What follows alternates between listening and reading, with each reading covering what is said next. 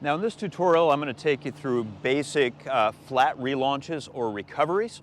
Now, one of the most common positions that you're going to find that in is where the kite is upright like this, but then it lays flat onto its back with the lines and bridle on top.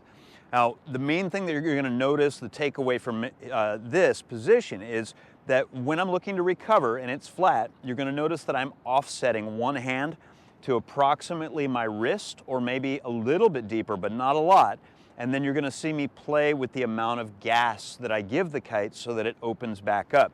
So in this case, I'm going to look for a left hand favor, that offset like this.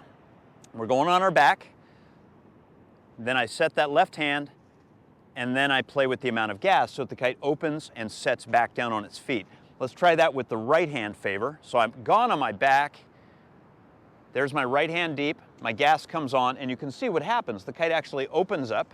And usually the drawn hand, or the low hand, is the wing that bites ground first. Let's go ahead and do that one more time. Go through the sequence so you know it's not a fluke. We're on our back, left hand favor. Sometimes it's unpredictable and you shift to the other wing, but it's still the same game. A little bit of offset on one hand, not much, and then playing with the gas to open it back up. So let's repeat that just a few times so that we can watch it. There it is, opens. There's my gas to get it to open, and then of course once it opens you want to establish control. One more time to the other side. There it is, and bam, and it opens right back up. So that's the upright flat relaunch. Let's go ahead and show you what it looks like when it goes belly down. All right, so now we're looking at the face down or belly down position, leading edge towards us. The primary difference with this is whereas the last position the lines and bridle both were on top of the kite, now they're underneath the kite. As with any flat relaunch, it's highly dependent on the turf that you're working on. If we were in soft, deep sand or high grass, anything like that, the thing that I'm about to try, which is spin oriented, the sand and grass are going to resist it and possibly not even allow it to happen. But the principles hold true. The kites are pretty durable, and I encourage you to always give it a try depending on what sort of a service you're on.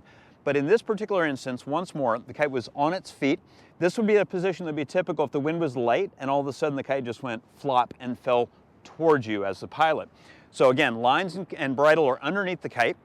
What I'm going to do is I'm going to take my strong hand, I'm right-handed, and I'm going to feed the other one slightly back. So my power hand is closer to the kite. Now the key to this particular maneuver is that I'm going to give it a quick spin, quick flick with this brake line, my power hand, the one that's nearest to it, and try to get the kite to spin. But immediately after I make that strike, I have to make sure that all of the lines are totally loose and laying on the sand so that the kite is able to actually spin over the top of them. So let's see if I can pull that one off. The other thing you're going to notice, as soon as the kite is spun all the way around, I'm going to back up to take up that slack and make sure I have a connection with the kite. Let's see if I can pull it off. There it is. So you can see what happened there. Let's do that again. All right, so once more in the belly down, leading edge towards us. Slight offset with the weak hand. My power hand is going to spin. Immediately after I hit the sharp spin, slack the line so it spins around, and then take up all that tension when it's done spinning. See if I can do it again.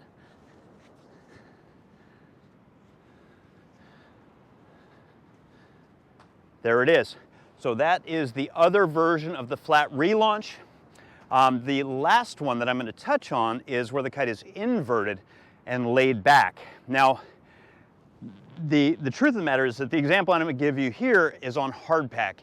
And it's a near unlikely recovery. So I'm here, the kite lays back, and really I'm just going to talk you through this. I don't think I'm going to be able to recover it, but I'll tell you about the other sides of it. So it's here, we lay back, and so now it's in the same position as the last recovery we did.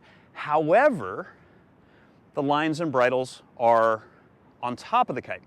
So the challenge here is that if you're in soft sand or deep grass, you could, in most cases, simply turn the handles upside down, lift them quite high, and then apply pressure on your brake lines, and the ground would be soft enough to provide purchase for the kite to dig and then lift itself up. So ideally you're flying on a surface like that, and that will be a non-issue. Now on this particular turf, hard packed sand, you can see when I pull it, it just slides. So that's a big challenge. Honestly, usually what I do, because the kites are quite durable and it's fun to play, you can just play with spinning the kite, much like we did in the last position. Just spin it around, spin it around. Sometimes you've got the line hooked around a wingtip. At some point you may actually have to walk down there and actually resolve it by hand while you have the handle staked.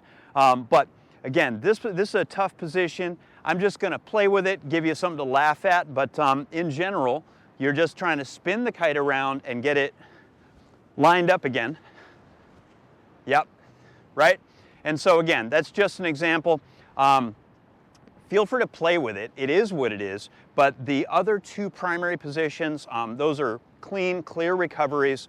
With practice, you'll actually increase your success rate, and for the most part, just have fun. Don't take it too seriously, and then at some point, all of us, myself included, after many years of flying, still have to walk down to the end of the handles. Enjoy, play with your recoveries. If you find any better ways to do it, be sure and share it through the communities, and I'll see you in the next tutorial.